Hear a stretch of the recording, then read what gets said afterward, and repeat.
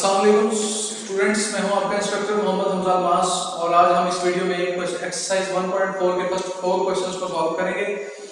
और addition and subtraction तो हम पहले भी पिछली एक्सरसाइज में पढ़ चुके हैं, लेकिन अब हम सीखेंगे कि दो मैट्रिक्स आपस में मल्टीप्लाई किस तरह से हो सकते हैं। और इसमें हम मैट्रिक्स की मल्टीप्लिकेशन सीखेंगे। और एक्सरसाइज 1.4 करने से पहले एक छोटा सा कॉन्सेप्ट देख लेते हैं मल्टीप्लिकेशन ऑफ मैट्रिक्स का। Multiplication of matrix, two matrix आपस में मल्टीप्लाई कब होते हैं? Two matrix A and B are comfortable for multiplication. दो मैट्रिक्स उस वक्त मल्टीप्लाई होंगे इफ, अगर ये कंडीशन फुलफिल होगी। आपको पता है कि इफ के बाद कंडीशन स्टार्ट होती है if the number of columns of A, यानी कि फर्स्ट मैट्रिक्स के columns equal to the number of columns of B, यानी कि पहले मैट्रिक्स के कॉलम्स अगर दूसरी मैट्रिक्स के रोज के इक्वल आ जाते हैं तो दो मैट्रिक्स आपस में मल्टीप्लाई हो सकते हैं। मसलन के इसकी एक एग्जांपल हम समझ लेते हैं। एक मैट्रिक्स है A 1 2 3 4, दूसरा मैट्रिक्स है B 1 and 5। तो देखते हैं कि ये आपस में मल्टीप्लाई हो सकते हैं या नहीं। तो कंडीशन के मुताबिक number of columns of A, यानी कि फर्स्ट के कॉलम्स और सेकंड की rows, number of rows of B, ये रोज, ठीक है। फर्स्ट के कॉलम्स और सेकंड की अगर रोज इक्वल आ जाती हैं तो इसका मतलब है ये दोनों मैट्रिक्स आपस में मल्टीप्लाई हो सकते हैं। तो आप क्या मेंशन करेंगे? A and B are comfortable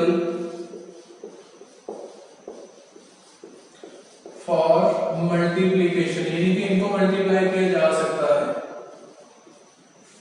ठीक है।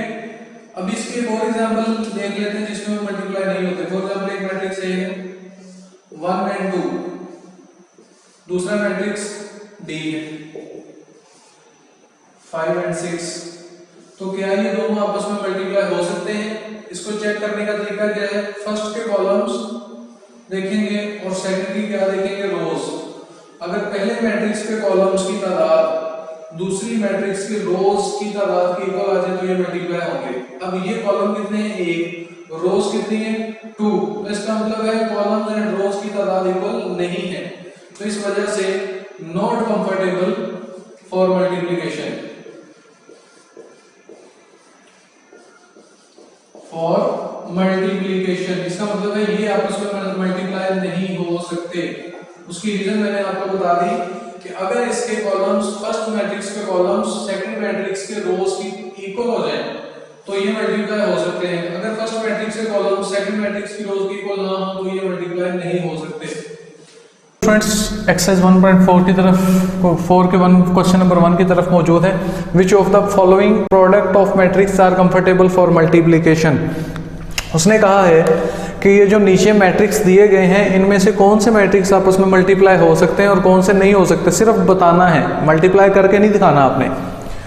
तो जस्ट वैसी डेफिनेशन के मुताबिक आपको पता है अगर फर्स्ट के कॉलम्स सेकंड की रोज के इक्वल आ जाते हैं, इसके कॉलम्स इसकी रोज इक्वल हैं, तो इसका मतलब है ये मैट्रिक्स आपस में मल्टीप्लाई हो सकते हैं। इनके कंफर्टेबल फॉर मल्टीप्लिकेशन, यानी कि इनको मल्टीप्लाई किया जा सकता है। इसी तरीके से अगर इन मैट्रिक्स फर्स्ट मैट्रिक्स के कॉलम्स कितने हैं? 2, इसकी सेकंड की रोज कितनी है? 2। तो इसका मतलब फर्स्ट के कॉलम सेकंड की रोज के इक्वल हैं, तो इसका मतलब है कंफर्टेबल फॉर मल्टीप्लिकेशन, यानी कि इनको मल्टीप्लाई किया जा सकता है। अब इसको देख लेते हैं। फर्स्ट की क्या देखे जाते हैं? कॉलम्स, सेकंड की रोज। तो फर्स्ट के कॉलम्स सेकंड मैट्रिक्स की रोज के इक्वल नहीं है, तो इसका मतलब है not comfortable for multiplication, not comfortable for multiplication, यानी कि इनको मल्टीप्लाई नहीं किया जा सकता। अब नेक्स्ट मैट्रिक्स है, अगर फर्स्ट मैट्रिक्स के क्या देखते हैं? कॉलम्स, और सेकंड मैट्रिक्स के क्या देखते हैं? रोज। अगर फर्स्ट के कॉलम्स सेकंड की रोज के बिल्कुल इक्वल हैं तो इसका मतलब है कॉलम्स भी 2 हैं, रोज भी 2 हैं, तो इसका मतलब है कंफर्टेबल फॉर मल्टीप्लिकेशन। इनको आप मल्टीप्लाई कर सकते हैं।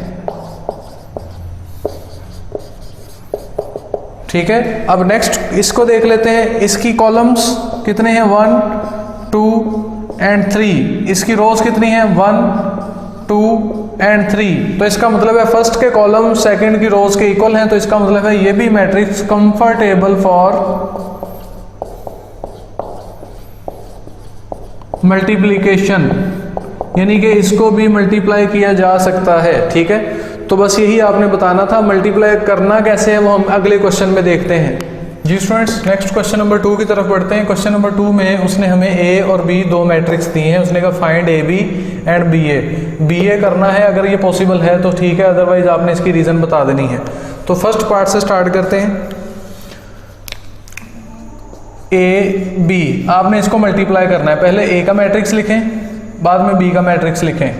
ए है हमारे पास 3 0 -1 एंड 2, बी है 6 एंड 5।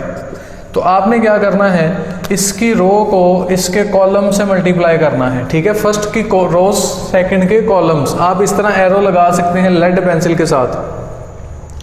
तो क्या करेंगे, 3 को 6 से मल्टीप्लाई किया, 3 × 6, टेल को टेल के साथ, इस एरो के हेड वाले हिस्से को हेड के साथ, प्लस 0 × 5। ठीक है, ये एक रो इन कॉलम के साथ मल्टीप्लाई होगी। अब इस रो को छोड़ देना है, अब नेक्स्ट वाली रो को आपने मल्टीप्लाई करना है।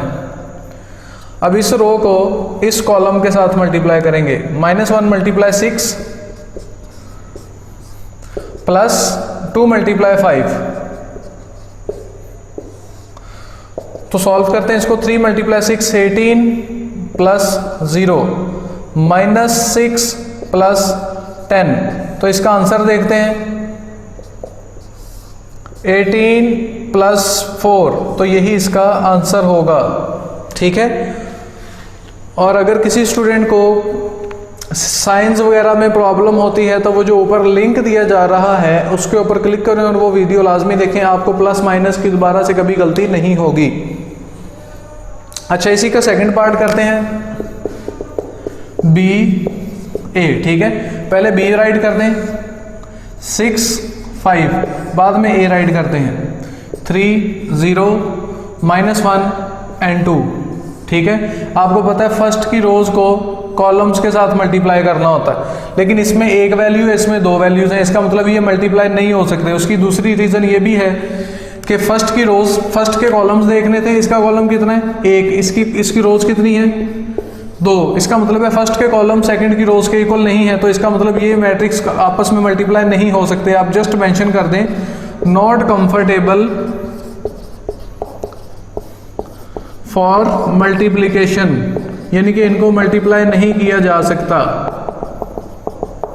ठीक है, क्योंकि इसमें फर्स्ट के कॉलम सेकंड की रोज के इक्वल नहीं है, ये मल्टीप्लाई नहीं हो सकते। क्वेश्चन नंबर 3 का 1 एंड 5 वाला पार्ट हम करेंगे और बाकी 2nd 3rd एंड 4th वो सेम ऐसे ही है जैसे भी ये फर्स्ट वाला क्वेश्चन करने लगे हैं, तो वो आप खुद ट्राई करेंगे।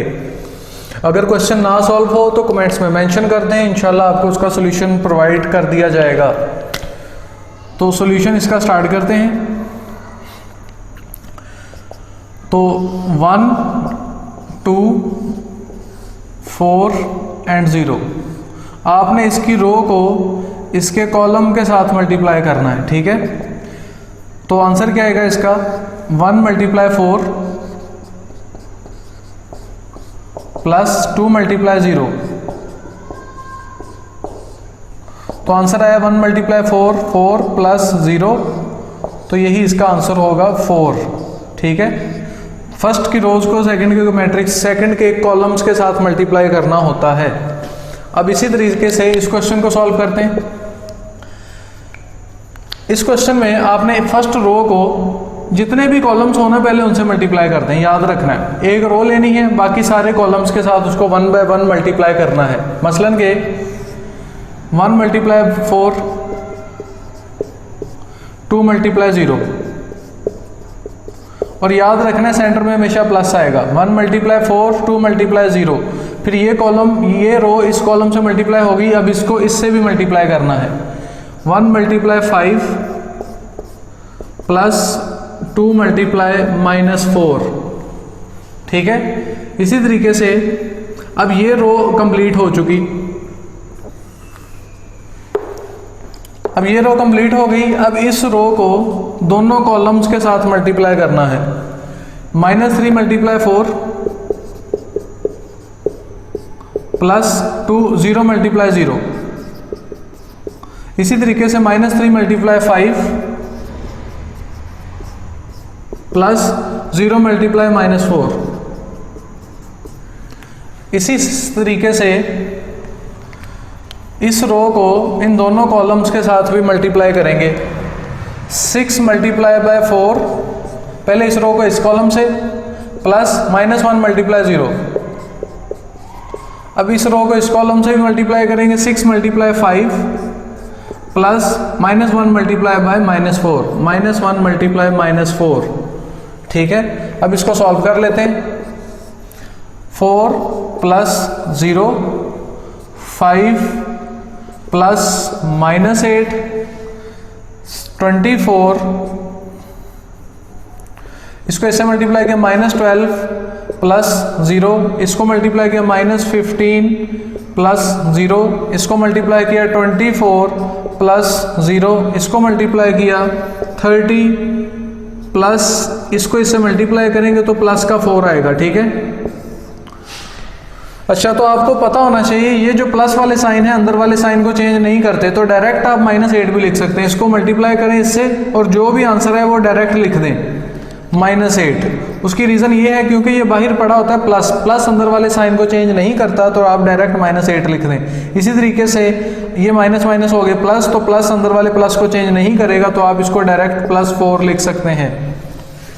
आपका आंसर क्या आएगा इसका? 4 -12 24 -3 -15 और 34। मैंने बताया जिन स्टूडेंट्स को ये प्लस माइनस में गड़बड़ होती है तो वो ऊपर जो लिंक दिया गया है वो वीडियो लाजमी देखें, तो यही इसका आंसर होगा।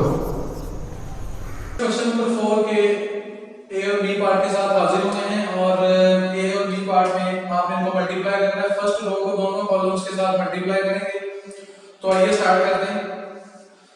2 × 2 4, 3 × 3 9, डायरेक्ट ही मल्टीप्लाई करना है। इस रो को इस कॉलम से भी मल्टीप्लाई करेंगे। 2 × -1 -2, 3 × 0 तो 0। ठीक है, अब क्या करेंगे, नेक्स्ट रो को दोनों कॉलम्स के साथ मल्टीप्लाई करेंगे। 1 × 2 2, 1 × 3 3, 1 × -1 -1, 1 × 0 तो 0। नेक्स्ट इस रो को दोनों कॉलम्स के साथ मल्टीप्लाई करेंगे, तो आंसर क्या आएगा? 0 × 2 0, -2 × 3 -6, 0 × this 0 प्लस 2 × 0 0। तो इसका आंसर क्या आएगा हमारे पास?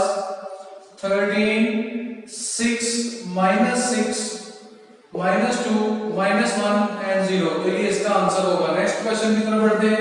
इसी का बी पार्ट, आपने इसमें भी क्या करना है, इस रो को दोनों कॉलम्स के साथ मल्टीप्लाई करना है। तो दोनों कॉलम्स के साथ मल्टीप्लाई करते हैं। 1 × 1 1, 2 × 3 6, 3 × -1 -3। इसी तरीके से इस रो को इससे मल्टीप्लाई करेंगे। 1 × 2 2, 2 × 4 8, 3 × 1 तो ये आया 3। अब क्या करेंगे, नेक्स्ट रो को दोनों कॉलम्स के साथ मल्टीप्लाई करेंगे। 4 × 1 4, 5 × 3 15, 6 × -1 -6, इसको इससे भी मल्टीप्लाई करेंगे। 4 × 2 8, 5 × 4 20, 6 × 1 तो ये आ गया 6। आंसर हमारे पास क्या होगा? 7 - 3 मतलब के 4। इसको सॉल्व किया तो आंसर आया 13, इसको सॉल्व किया तो आंसर आया 13 और इनको सॉल्व किया तो आंसर आया हमारे पास 34। ठीक है, तो यही हमारा आंसर होगा जी। नेक्स्ट क्वेश्चन नंबर 4 का डी पार्ट स्टार्ट करते हैं। क्वेश्चन नंबर 4 के डी पार्ट को भी वैसे ही सॉल्व करना है। फर्स्ट रो को दोनों कॉलम्स के साथ मल्टीप्लाई कर देंगे। ठीक है, तो 8 × 2 16, 5 × -4 -20, ऐसा करें हम इसको थोड़ा सा अलग अलग कर लें क्योंकि ये ब्रैकेट थोड़ा प्रॉब्लम होगा। सी 8 मल्टीप्लाई बाय 2, वैसे थोड़ा स्टेप बाय स्टेप कर लें। 5 मल्टीप्लाई बाय -4, ठीक है। अब इस रो इस कॉलम से भी मल्टीप्लाई करें। 8 मल्टीप्लाई -5 बाय 2 और 5 मल्टीप्लाई बाय 4। नेक्स्ट है इस रो को दोनों कॉलम्स के साथ मल्टीप्लाई करें, ठीक है। इस रो को दोनों कॉलम्स के साथ मल्टीप्लाई करें। 6 मल्टीप्लाई बाय 2 प्लस 4 मल्टीप्लाई -4। इसी तरीके से इस रो को इससे मल्टीप्लाई करें। 6 multiply by this plus 4 multiply by 4। तो इसको सॉल्व करते हैं। 2 मल्टीप्लाई बाय 8 16 प्लस इसको सॉल्व करेंगे तो -20 डायरेक्ट लिख दें। इसको इससे सॉल्व किया तो 12। इसका आंसर आएगा 4 मल्टीप्लाई 4 -16 प्लस जो होता है वो अंदर का साइन चेंज नहीं करता तो डायरेक्ट -16 लिख दिया। 4 2 को इससे मल्टीप्लाई किया 4 को इससे मल्टीप्लाई करेंगे तो -20। इसको सॉल्व करेंगे तो +20। इसको इससे कैंसिल किया 3 को इससे मल्टीप्लाई करेंगे तो -15 प्लस 16, ठीक है। इन दोनों को आप सॉल्व कर लें। इसको सॉल्व करेंगे तो -4, इसको सॉल्व करेंगे तो -4। नेक्स्ट है इसको इससे कैंसिल हो गया, ये आंसर आ गया 0। 16 में से 15 माइनस हुए तो आंसर आया 1। अगर किसी स्टूडेंट्स को प्लस माइनस में प्रॉब्लम है तो ऊपर जो लिंक दिया गया उसको क्लिक करे और प्लस माइनस की जो है ना वो प्रॉब्लम को सॉल्व करे। तो यही इसका आंसर होगा। जी स्टूडेंट्स, इसी के साथ अपने होस्ट मोहम्मद हमजा मास को दे इजाजत और तमाम क्वेश्चन जो एक्सरसाइज 1.4 के जो 4 क्वेश्चन आज हमने किए इनकी प्रैक्टिस लाजमी कीजिएगा क्योंकि मल्टीप्लाई के तमाम क्वेश्चन आगे एक्सरसाइजेस में भी इस्तेमाल होंगे। और अगर कोई क्वेश्चन ये जो मैंने आप लोगों को क्वेश्चन स्किप करवाए हैं इनको जो है ना लाजमी सॉल्व कीजिएगा। ये बहुत इजी क्वेश्चन और सेम जो मैच करते हुए क्वेश्चन थे वो स्किप करवाए गए हैं ताकि आप प्रैक्टिस कर सकें। तो कल तक के लिए इजाजत दें। अल्लाह हाफिज।